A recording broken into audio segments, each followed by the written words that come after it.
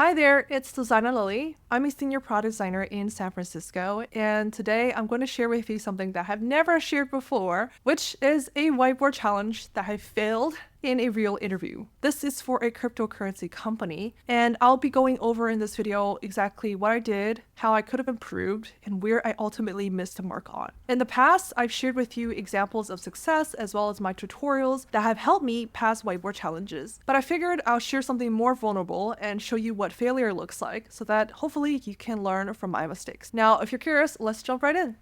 This was part of the final day on-site interview, and I did this with two design managers. The prompt was to design a gold dispensing machine. This could be used to dispense coins as well as bars. And essentially, they wanted me to create something from scratch.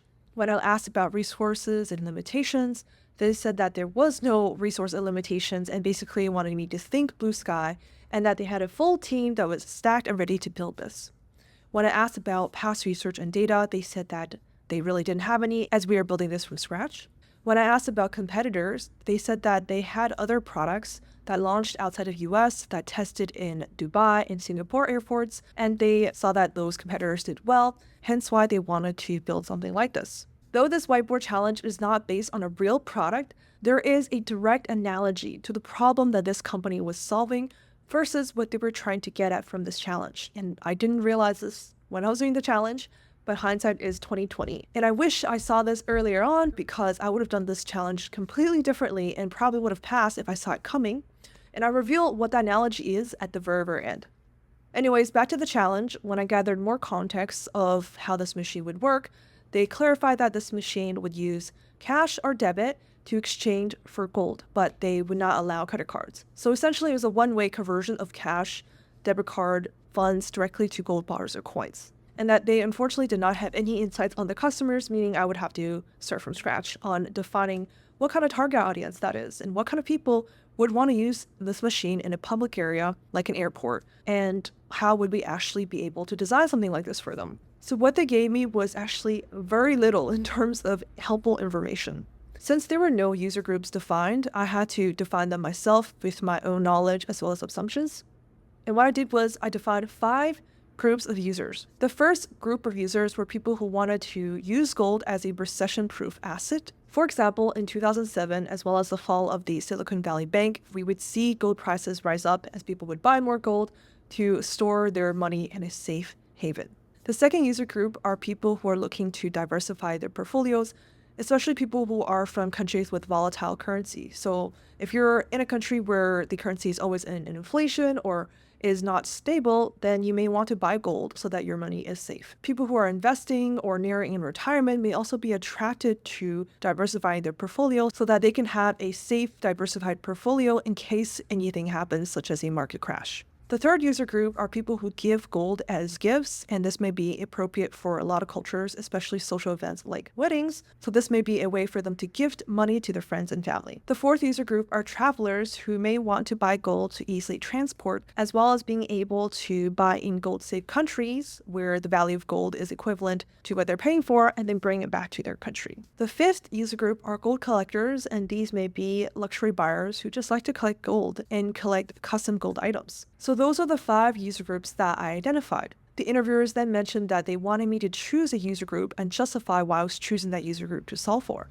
And at this point, I've already spent a lot of time defining user groups, but I went ahead and broke them down even more. They also added another piece of context, and this kind of pivoted the problem, which is that it's not just to build a gold machine, but they wanted to introduce gold to new users. So they really wanted to have this educational component. And they wanted to introduce this product during a recession in the economy, which was what we were experiencing when I was interviewing this. So then I went ahead and kind of redefined the user groups to put them into these 3 categories, which are investors, collectors, and cash converters. So because portfolio diversifiers are already seeking to diversify their money into different assets, they were going to be the most open and receptive group to educational experiences, as well as being new users who may have never invested in gold before. You can see here, I noted this down. The users would want to learn about new types of investments. They would be open to investing in gold, and they would have some spare savings or money to invest. And this opportunity is that we can teach them about gold and then also educate them and encourage them to buy gold. And since they're already interested in diversifying their portfolio, this is a great matchup. With that being said, the problem shifted to educate new investors how to buy gold. And at this point, I aligned with the interviewers that this was the new direction they wanted to go forward with, and they confirmed. With all that being said, the problem then shifted into educating new investors on how to buy gold. They gave me additional context that currently most people don't know how to purchase gold, and the users they're looking to target are in their 20s and 40s, and that they wanted to educate and encourage new customers to buy gold as an investment. So at this point, it's almost halfway into the whiteboard challenge, and there's already been quite a pivot from the original challenge, which was to design a gold dispensing machine. Now it's more about the educational piece. So at this point, the fatal mistake I had was that I tried to tackle both these problems at once, which was to design a gold dispensing machine and then also try to solve for educating new investors on how to buy gold. I tried to tackle both of them in the short amount of time I had, which was about 15 minutes. And I think this is where I went wrong, because I should have then narrowed the scope into just solving for this. But instead, I tried to tackle both. What I did next was ideation, in which I wrote out this flow of how a new customer would be onboarded to this experience. So they would see some kind of digital content. There would be a website, ask them to sign up, and then introduce them to this machine that they could visit in store or in public. And then I focused in on the gold delivery mechanism. So how would they get gold? And I explored things like app download, getting gold delivered. And what I should have focused on was the educational experience, because they did ask me at some point while I was writing this, how would you educate the customer? And I just quickly mentioned, since I was running out of time, that the digital content released by the marketing team would take care of this.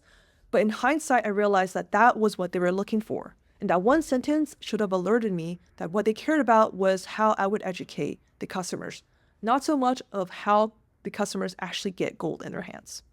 And now I realize why they cared so much about the educational experience was that it was a direct analogy to the problem they were solving. They were trying to get new customers to buy crypto, which is an asset they're not familiar with.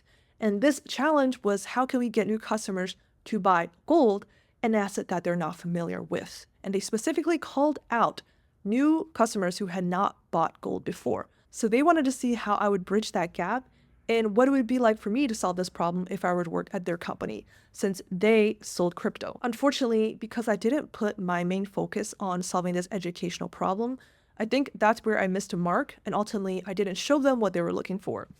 Instead, I was focused on the actual buying experience. So the ideas I came up with were, for example, a slider scale that would recommend how much gold to buy based on your savings or income, buying gold on demand that you can custom put into an amount, and then how this would get shipped to your house. So this would be, for example, P1, a Wizard of Oz or Painted Door website that would educate and measure interest before you would build the app. And then once there's enough interest, then we would build an app. It would show suggestions to buy gold, then show you different packages that you can buy gold in, and then another educational piece. Then this would all be delivered with FedEx, having a signature package so that we make sure the customer has actually received it. And in terms of success metrics, this would be app downloads and how many people actually converted to customers, the amount of revenue from shipments in the first month. Even though I solved the challenge of how would people actually buy gold, I didn't solve what they were looking for, which was how do we educate people to buy a new asset that they're not familiar with, and how can we convince them that this is the right choice? Anyways, this was a whiteboard challenge I did, and unfortunately I did not get the offer for that crypto company. But I hope you are able to learn something from this and learn from my mistakes. And next time when you're in interviews, you're able to better watch out for those signals that make or break your challenge. I do believe this is something that is definitely solvable, but a lot of it has to do with adaptive listening and being very clear and crisp in scoping out the problem you're trying to solve. So that was my whiteboard challenge that I did for that cryptocurrency company. It's actually taken from my recent course for whiteboard challenges that just launched. And in this course, not only do I reveal the name of this cryptocurrency company, but I also share with you the whiteboard challenges that I've done that have helped me land the job offers and that have totaled over $1 million in job offers. So if you want to see that, as well as my latest methods and techniques and practice sessions for 2024, then check it out in the link below. Regardless, I hope you found this video useful and valuable. And if you want to keep learning with me about product design, then hit subscribe and that notification bell, and I'll see you next time. Take care.